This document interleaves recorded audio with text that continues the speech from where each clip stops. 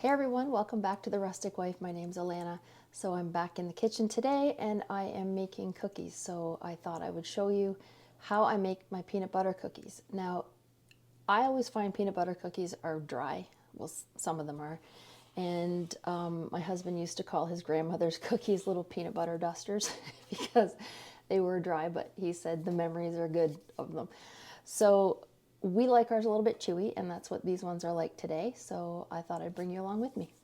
So here are the ingredients that I use. I've got a half a cup of butter, and I use salted. You can use unsalted if you want. I just happen to have salted at room temperature. And then I've got 1 cup of brown sugar. That's just the golden brown sugar, and a 1/4 cup of granulated sugar. I have 3/4 of a cup of peanut butter. That one's smooth, but you can use crunchy if you like. I have 1 egg and 1 yolk in there. I have a teaspoon of vanilla extract, and then I've got 1 1/4 cups of flour, a half a teaspoon of baking soda, a half a teaspoon of baking powder. I have 1 teaspoon of cornstarch and a half a teaspoon of cream of tartar. Cream of tartar is a byproduct of winemaking, I believe, and that is the ingredient that you use to make snickerdoodles. You know how they're kind of chewy, so that's in there. It may give your cookies a little bit of a tang, but I like it. And then I have 1/8 of a teaspoon of salt because I use salted butter. But if you use unsalted, you could use a 1/4 teaspoon or whatever you like for your taste. And I might drizzle some with chocolate. I have my oven preset to 350 degrees, and I've got my cookie sheet with parchment. And if you use a non-stick cookie sheet, turn your oven down to 325 so the bottom doesn't burn. I'm going to be using a cookie scoop. You can just use a regular spoon for this. And I am going to use my potato masher to flatten my cookies and make that little design on the top. So I have some flour here so I can just dip this in between cookies. If you don't have one of those potato mashers, of course, just use a fork. And I'm going to be using my KitchenAid mixer. You can just use a bowl and a wooden spoon if you want, or a bowl and electric beaters. It doesn't matter, either one. I've done all three and they all work out nicely. Put the butter in here and we're going to cream it and make it nice and fluffy.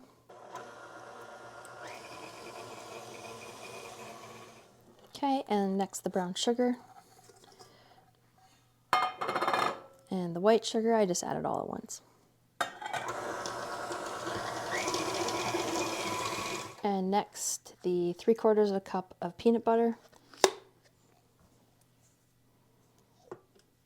And has anybody ever used one of these? These are so handy for peanut butter or corn syrup or anything like that that's sticky. There's tablespoons and cups, so you just put it to whatever you want and push this thing out, and it pushes it out nice and clean. I got that at a thrift store. It's really handy. So I just want to scrape the bowl periodically just to make sure everything is getting beaten. And I want to beat this until it's fluffy. So next I'm going to add 1 full egg and 1 egg yolk. And the vanilla and the salt.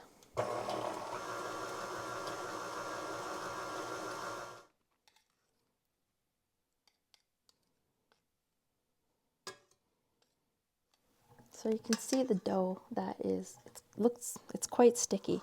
So if you don't have a scoop, just use 2 spoons because you're going to need the other spoon to get the sticky dough off of the initial spoon. I would say that's about a tablespoon. The first one usually kind of sticks.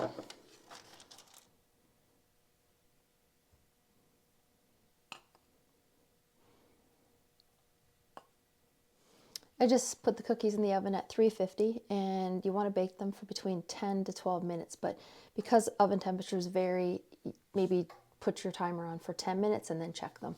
And you want to make sure the edges are just slightly golden brown, and then they'll continue to cook on the cookie sheet for a little bit, and then you should have chewy cookies, hopefully.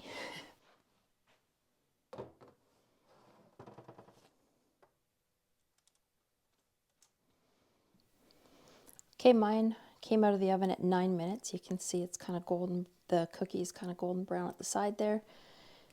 So I will just let these cool. I pulled my parchment paper apart and wrecked a couple, so don't do that.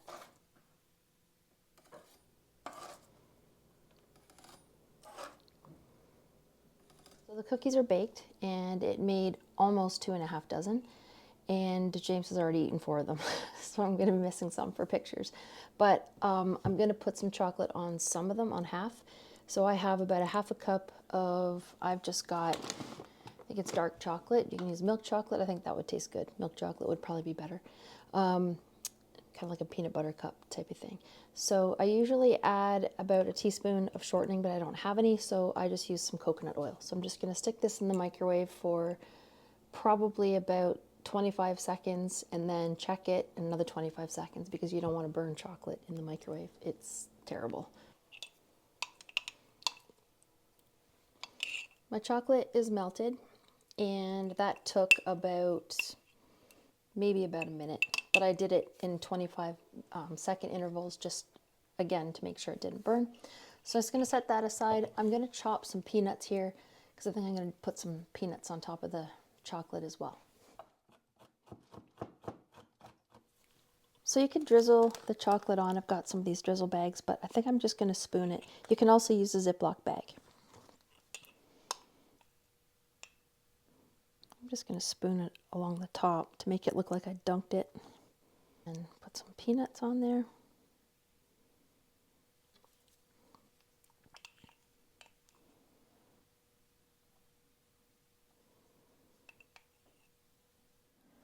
My cookies are all done. I just have to let that chocolate set there.